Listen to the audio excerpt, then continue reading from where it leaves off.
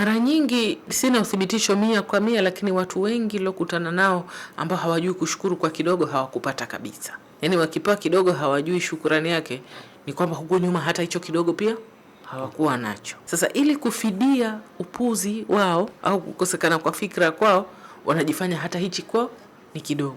Lakini mtoto yote au mtu aliyekulia katika familia ya kupewa au ametokea katika society ya giving society, hawezi kukudhalilisha wewe kwa kumpa kidogo, kwa sababu hahitaji chochote kwako wala hajatarajia kwamba chochote utakachompa yeye atashukuru.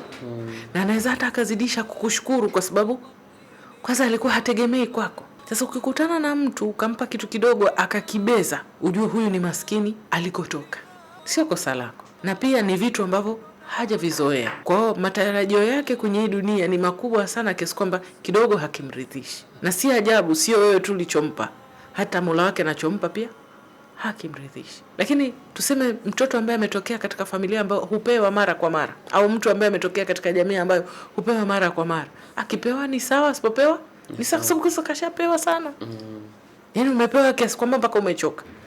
Ni kama mwanamke unakutana naye, unamwambia mbona uolewi? Toka mumeo amefariki huolewi.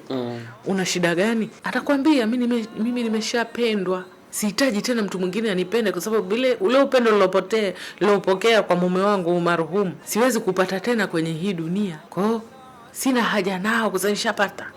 Ni kama mtu anakuambia mimi nimeridhika na chochote kitakachotokea katika maisha yangu katika hii dunia, nimeridhika nacho. Kwa sababu gani? Nishapata sana. Sina haja ya chochote tena. Sina matarajio yoyote. Kwa sababu kila kitu nilichokuwa nataka Mwenyezi Mungu ameshanipa.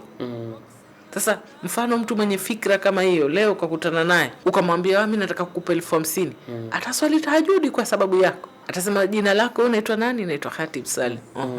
Basi mimi kila nikisali nitakuwa nakuombea dua. Lakini ukiangalia kitu ulichompa hata 50,000 akitimi.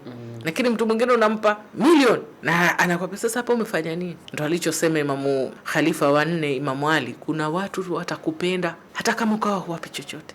Na kuna watu utawachukia watakuchukia hata kama unawapa nyama na asali kila siku. Ndio hivyo.